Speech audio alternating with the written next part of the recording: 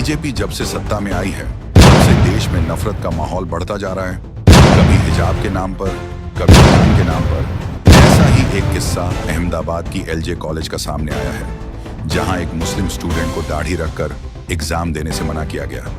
क्या है पूरा मामला, देखिए इस वीडियो में। अरे भैया, जो आप कौन है मुझे नहीं पता, हाँ। लेकिन इस तो लड़के को आया, नहीं तो इतनी बियर क्यों लेकर आए तूने? तो ये आपका पूछने का कोई वो नहीं है ना? वही मेरी बात सर, हमारे नजदीक में क्या है, ये है ना, दाढ़ी ज्यादा रखते हैं तो इन्फेक्शन कैसा लगता है, नहीं तो बच्चे को पहले वो तब होता है, नहीं सुनिए, वो तब होता है, वो एग्जाम में नहीं होता है।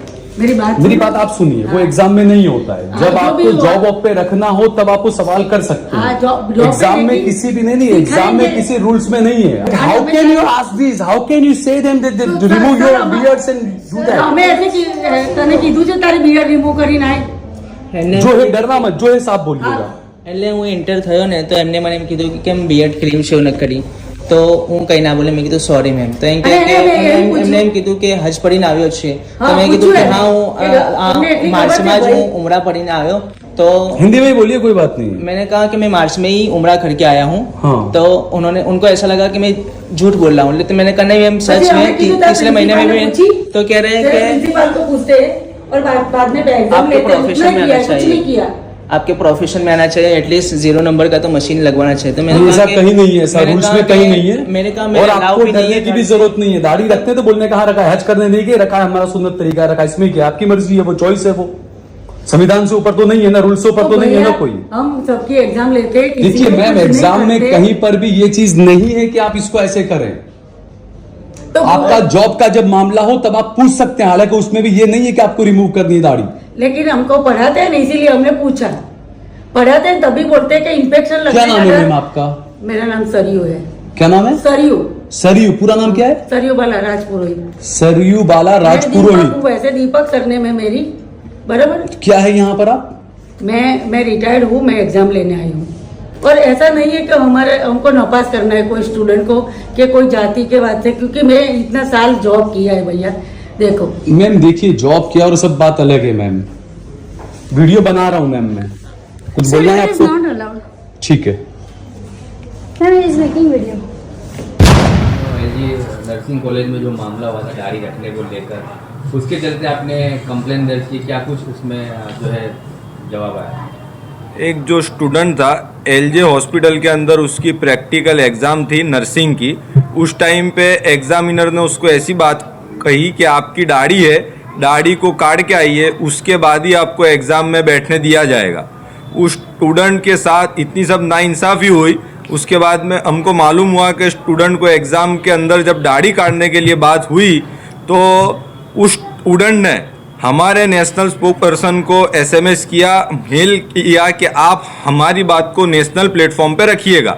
उसके बाद में हमारे स्टेट प्रेसिडेंट साबिर भाई काबलीवाला साहब से बात हुई और मैंने कंप्लेन की। जो कंप्लेन हुई थी, तो कंप्लेन के बाद में मैं जब 28 के दिन कल उसका हियरिंग था, तो हियरिंग के अंदर काउंसिल के सामने जब ये पूरी हकीकत को बात किया कि काउंसिल के सामने कि एक दाढ़ी वाला स्टूडेंट उसकी प्रैक्टिकल एग्जाम के लिए आया तो उसको दाढ़ी काटने के लिए बात की, तो मैंने वहाँ ऐसी बात की कि कौन से रूल के अंदर ऐसा है कि दाढ़ी वाला एग्जाम नहीं दे सकता, कौन सी एक्ट के अंदर है कि कौन सी एग्जाम के रूल्स के अंदर है कि आपकी अगर दाढ़ी हो तो आप एग्जामिनेशन हॉल में बैठ नहीं सकते। तो ये बात काउंसिल ने भी माना कि ऐसा कोई रूल्स नहीं है कि अगर आपकी दाढ़ी हो तो एग्जाम में नहीं बैठ सकते। हम लोगों ने ओरल इंस्ट्रक्शन सभी एग्जामिनर को बोला है कि दाढ़ी वाला स्टूडेंट हो तो उसको एग्जामिनेशन हॉल में बैठने देने का, और अगर इन्फेक्शन का डर है तो उसको मास्क पहन के बैठने का। इस मामले को कोर्ट तक नहीं पहुंचा, अभी गुजरात काउंसिल में ये मामला पहुंचा है, नर्सिंग गुजरात काउंसिल। देखिए, जो नर्सिंग काउंसिल की पैनल थी वो काफ़ी पॉजिटिव थी, मतलब उन्होंने हमारी कंप्लेन को माना और ये बात भी कही कि हमने इंस्ट्रक्शन ओरली दे दिए हैं, आइंदा कोई भी स्टूडेंट के साथ ऐसा मामला पेश नहीं आएगा, क्योंकि ऐसा कोई रूल्स नहीं है। कोई भी एग्जामिनेशन हॉल होता है ना, उसके एग्जामिनेशन वो जब स्टूडेंट जाता है तो उसकी हॉल टिकट होती है, उसके अंदर रूल्स होते हैं कि एग्जामिनेशन के रूल्स क्या है। उसमें रूल्स में कहीं भी नहीं है कि आपकी दाढ़ी हो तो आप एग्जामिनेशन में बैठ नहीं सकते। तो इसीलिए उन्होंने भी, काउंसिल ने माना और ये काउंसिल के हेड ने ओरली सभी एग्जामिनर को इंस्ट्रक्शन भी हो गया है कि कोई भी स्टूडेंट आए अगर उसकी बीएड है तो उसको एग्जाम में बैठने दिए जाना चाहिए। और अगर इन्फेक्शन का ही डर है, अगर आपको इन्फेक्शन का डर है तो इन्फेक्शन के अंदर मास्क पहन के इन्फेक्शन को रोका जा सकता है। अगर सामने ऐसे प्रैक्टिकल एग्जाम होती है तो पेशेंट होता है, तो अगर वो पेशेंट को ऐसे रोग के साथ है तो आपको मास्क पहन के एग्जाम दो आप। और ये देश के अंदर नफरत जो माहौल है ना, वो इंसान के माइंड में बैठ चुकी है कि दाढ़ी है तो इसका ये होगा, इसका वो होगा। लेकिन दाढ़ी वाले लोग इंजीनियर है, डॉक्टर है, ऊंची ऊंची पोस्ट पे है और काफ़ी देश के भी काम आए हैं लोग। अब इनके माइंड में क्या है वो तो कोई को मालूम ही नहीं है। और वो एग्जामिनर भी सामने थे, एग्जामिनर ने काउंसिल के सामने ये बात कही कि दाढ़ी के वजह से इन्फेक्शन होता है, इसीलिए मैंने रोका था और कोई बात नहीं थी। तो काउंसिल ने उनको भी ऐसी बात की कि आइंदा आप ऐसे किसी को रोकोगे नहीं।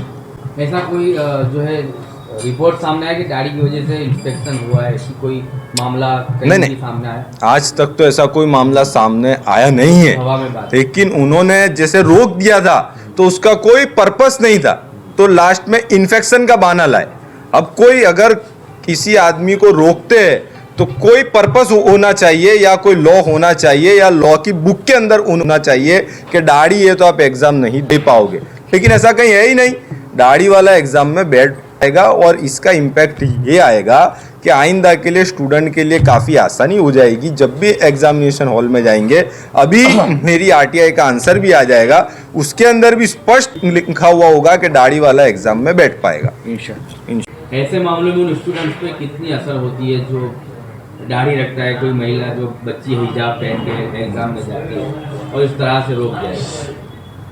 देखो तनवीर भाई, काफ़ी टाइम से ये मसला देखा जा रहा है कि हिजाब के बारे में, दाढ़ी टोपी के बारे में मसले मुद्दे जो बार बार सोशल मीडिया पे वायरल होते हैं, लोगों को परेशानी होती है।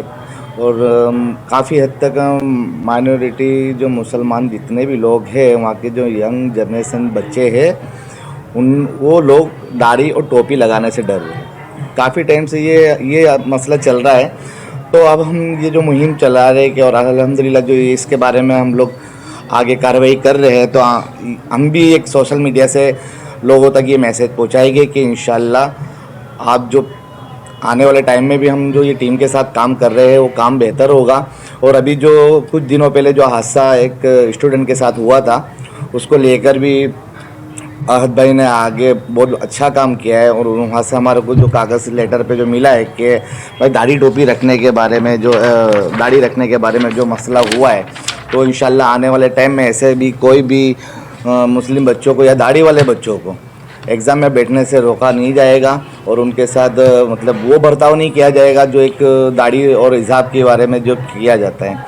तो आने वाले भी टाइम में ये मैसेज हम लोग उन बच्चों तक पहुँचाते हैं कि अगर आप इन लोगों से और एग्ज़ाम के डर के मारे कि एग्ज़ाम में बैठने नहीं देंगे, एग्ज़ाम नहीं देने देंगे, इसके लिए आप दाढ़ी नहीं रखते हो, तो आप ऐसा मत सोचो। अब दाढ़ी रखो, अल्हम्दुलिल्लाह दाढ़ी रखना सुन्नत है। और माशाल्लाह अब दाढ़ी के बारे में और दाढ़ी रख के अगर आप कोई एग्ज़ाम देने जाते हो, मेडिकल कॉलेज में या कहीं पर भी एग्ज़ाम देने जाते हो और कहीं पे भी इंटरव्यू भी देने जाते हो, तो आपको ये दाढ़ी रख के कोई इंसान आपको नहीं रोक सकता और आपके आगे भी कार्रवाई नहीं कर सकता। इंशाल्लाह आने वाले मेडिकल कॉलेज में और जितने भी आने वाले टाइम में इसका एक मैसेज जाएगा कि भाई हाँ, हम लोग की जो मुहिम थी, जो चली थी, हमने इस पर मेहनत करी है। अभी तक तो ऐसा कोई कर नहीं पाता था, कोई बोलने वाला नहीं था। बाकी अब ये पार्टी MIM पार्टी जो है असदुद्दीन ओवैसी साहब की, हमारा बैरिस्टर साहब, उन्होंने हमारे को सिखाया है कि हमारे क्या करना है और किस तरह लड़ना है। तो काफ़ी हद तक हम लोग जो है राइटिंग से मजबूती से और जो भी है संविधान में रहकर काम कर रहे हैं और इंशाल्लाह आने वाले टाइम में भी हम संविधान में रह के काम करेंगे और इन लोगों से जवाब हम राइटिंग में ही मांगेंगे। इस तरह की वादा से स्टूडेंट को मार के क्या असर पड़ता है? जी असर तो ऐसा पड़ता है कि जैसे कॉमन बच्चा जो होता है वो डर के मारे अगर ये ऐसी वीडियो वायरल होती है तो जिसकी दाढ़ी होती है वो तुरंत ही जाके अपनी दाढ़ी निकाल देता है कि यार मेरी कल एग्ज़ाम है, ये दाढ़ी के हिसाब से इसका ऐसा हुआ, मेरी पूरी साल के कैरियर का पूरी साल की मेहनत पे पानी फिर जाएगा, तो इसके हिसाब से वो दाढ़ी निकाल देता है। तो हम ये मैसेज पहुँचाना चाहते हैं कि ऐसा डरो मत, ठीक है। ये देखो हमने जो काम करा था, ये जो बच्चे ने आगे चल के बात करी है हमारी टीम के साथ और उन्होंने बोला है, तो हमने इसके बारे में आगे काम करके और काफ़ी हद तक ये रिपोर्ट लेके आए कि इंशाल्लाह उनको कोई चीज़ की ऐसी तकलीफ नहीं पड़ेगी। और आने वाले टाइम में ITI हम आहत भाई ने ITI मंगी है कि वहाँ से लेटर पे भी ऐसा आएगा कि भाई दाढ़ी वाला बच्चा कहीं पे भी और कोई भी कॉलेज में जाके एग्ज़ाम दे सकता है, उसे रोका नहीं जाएगा। आप तक समाचार हमेशा रखे आपको आगे।